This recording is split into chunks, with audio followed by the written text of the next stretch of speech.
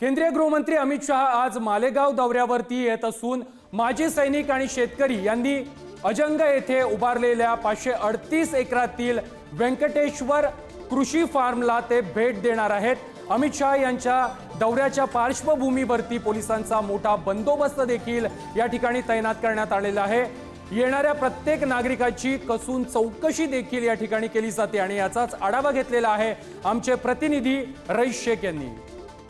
केंद्रीय गृहमंत्री अमित शहा हे मालेगाव येत असून आज अजंग येथे आयोजित सहकार परिषदेला ते हजेरी लावणार आहे। विशेष म्हणजे या परिषदेला माजी मंत्री छगन भुजबळ हे उपस्थित राहणार असून छगन भुजबळ यांनी मालेगावात ठिकठिकाणी अमित शहा यांच्या स्वागताचे होर्डिंग लावले। आपण पाहू शकतो की याप्रमाणे मालेगाव शहरात विविध ठिकाणी अमित शहा यांच्या स्वागताचे बोर्ड लावण्यात आले। त्या बोर्डवर अमित शहा, छगन भुजबळ आणि समीर भुजबळ यांचे फोटो आहे। एकंदरीतच छगन भुजबळ गेल्या काही दिवसापासून मंत्रिपद न मिळाल्याने नाराज असून त्यांच्याबद्दल वेगवेगळ्या चर्चा सुरू आहे। आज अमित सोबत छगन भुजबळ यांची काय चर्चा होते आणि ते काय निर्णय घेतात याकडे सर्वांचे लक्ष लागले।